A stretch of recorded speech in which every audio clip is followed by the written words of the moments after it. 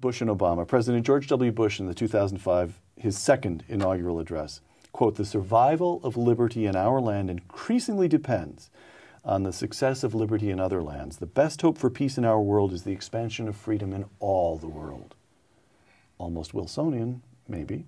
President Barack Obama in Cairo in 2009, quote, "I have come here to seek a new beginning between the United States and Muslims around the world, one based upon the truth that America and Islam are not exclusive and need not be in competition," close quote. Who deserves more credit for the Arab Spring? You just quoted something because we just came from a talk, and Charlie began with the seminal address, the speech of George W. Bush. See, there is an irony that George W. Bush, a child of Midland, Texas, and a Republican, believe in the spread of liberty. And Barack Hussein Obama goes to Cairo and basically issues a statement to the autocrats. We leave you to yourselves. We leave you to yourselves. That's the way you interpret that famous Cairo reset? Oh, absolutely. I mean, even when he first came in, he gave, when President Obama came into office in early January 2009, he gave an early interview to Al Arabiya satellite television in Dubai, and his message was, "You despots are safe."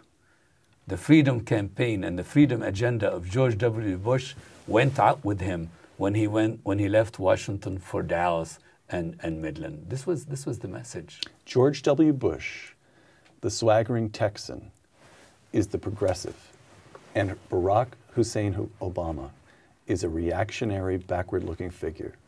That appears to be the way it's going, and the key matter here is that of American exceptionalism. President Obama has deliberately, openly turned away from American exceptionalism. What is that? It's the defense of freedom. It's saying that freedom and democracy are essential, not only because, as President Bush said, it's a God-given right, but as this international system adopting the procedural mechanisms for world order say democracy is procedurally the best. It simply is the best way to run a government, because only with democracy do you have the information to be able to know what those rascals in government are doing and be able to throw them out if they become corrupt. And the answer to that, Charlie, which a good Islamist would take from the first third or so of your book, is that is not coincident with the deepest impulses of Islamic civilization. One God transcendent, one ruler, not nation states, one ruler who works his will in the realm of religion, and you see what a Westerner I am. I'm even dividing it up. It is not consonant with Islamic philosophy. Democracy won't work. You're asking us to become less true to our religion, and that we refuse to do, say the Islamists. And they have a point. Say the Islamists. Right? Yeah. But the Islamists are not Islam. And there are a lot of, and I mention them here in the book in the very final pages, very serious Islamic thinkers, Muslim intellectuals who have taken this on.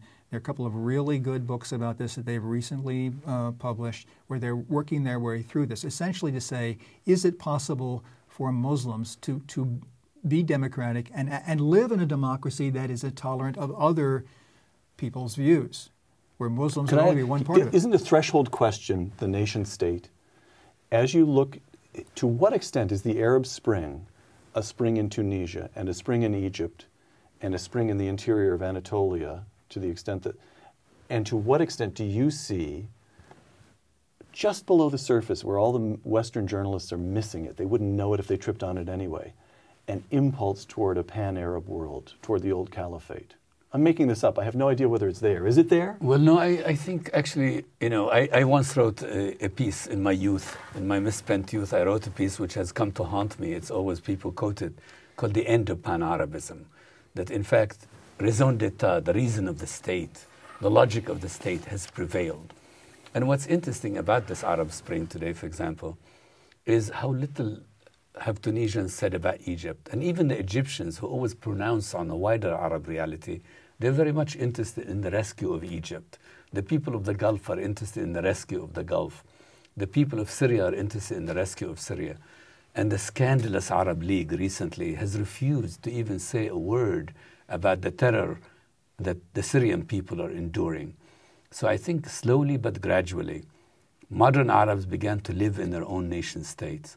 And one of the beauties of Charlie's book on the issue of the state system in the Islamic world and the state system in the Arab world is that slowly and gradually the logic of the state wins out. Let me set up, this will be a somewhat elaborate setup to the last phase of our discussion here. 2 items. First, a set of statistics. Population of the United States and Europe in 1900, 476 million, or 30% of the world's total. Today, about 1 billion, or 16%, proportion cut in half. Muslim population, world Muslim population in 1900, about 190 million, or 12%. Today, more than almost 1.6 billion, or about 20%, almost doubling of the proportion of the world's total. That's the first item. Here's the second, a passage from Trial of 1,000 Years. In 1970, Admiral Elmo R. Zumwalt invited Henry Kissinger to ride with him to Philadelphia for the Army-Navy game. This is a special train that the Navy took from Washington up to see the game. On board the train, Kissinger spoke about America's decline. The American people lack stamina, Kissinger said, while the Soviets are Sparta to our Athens. It was Spenglerian, referring to Spengler's famous 1918 opus, The Decline of the West, a subject of Kissinger's college thesis. The Syrian philosopher Sadiq Jalal al-Azim noted that Islamist thinkers draw from a constellation of ideas, now you're quoting him, captured in the title of The Decline of the West, the implication that if the West is declining, then the Arab world must be rising. Is the West declining? Rise of China, exhaustion here at home, confused politics, can't even pass a budget, Charlie. As we sit here, the clock is ticking on raising the debt ceiling, and we can't get that done. And the Arabs look at the demographic trends and say, just wait, fellas, just wait. The future is moving in our direction. Demography is not destiny. And the idea that somehow history is fated to go in a certain direction has been disproved again and again. And that's where the declinists, they write their books, and Spengler was one of them. They come and they come again, and they're always very popular, but they are always disproved. And what really matters is what's in your mind. And if we become a people with a mindset that we are fated, then we are. But Americans have never been that way. And that's where we have to get out of this current sense, I would want to use the Jimmy Carter word, malaise, because we're talking ourselves into it, and it need not be. Fouad? I agree with Charlie, and I think we are not fated for decline. I mean, I think it's very interesting. Most of the people who write about the decline of America live in America.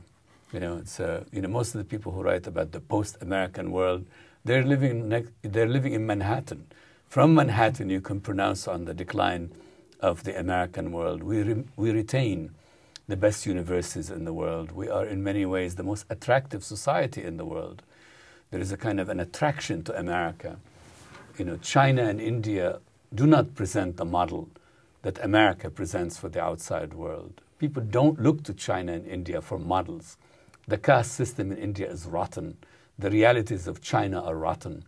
And in the Arab world, in the Islamic world, the attachment to America's ways is enormous. And that's why it's a tragedy when we don't help these freedom movements in the Arab world. For example, we should make sure that Gaddafi in Libya falls.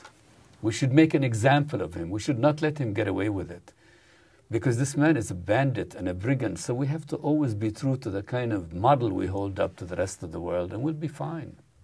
Fouad Ajami, author of the forthcoming book, soon to be discussed in a program at this table, Crosswinds, The Way of Saudi Arabia, and Ambassador Charles Hill, author of a book that has actually been published. Yours is still speculative, Fouad. Exactly. This one I hold in my hands. Trial of 1,000 Years. Thank you. Thank you, Peter. Thank you. I'm Peter Robinson for Uncommon Knowledge. Thanks for joining us.